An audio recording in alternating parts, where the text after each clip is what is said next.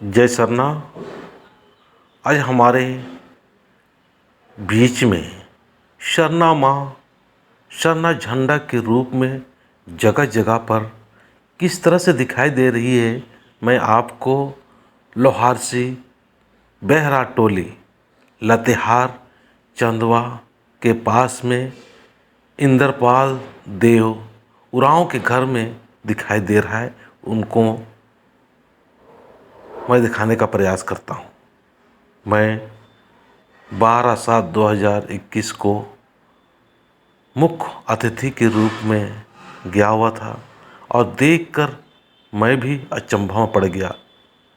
दीवार में गारा गारा एकदम एक साथ लाइन लाइन से दिखाई दे रहा है और बिल्कुल स्पष्ट जिस तरह से हमारा झंडा है उसी तरह से झंडा दिखाई दे रहा है।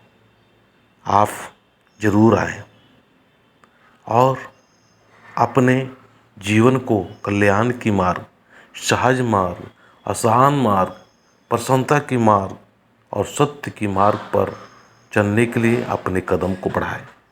जय सरना, जय सरना।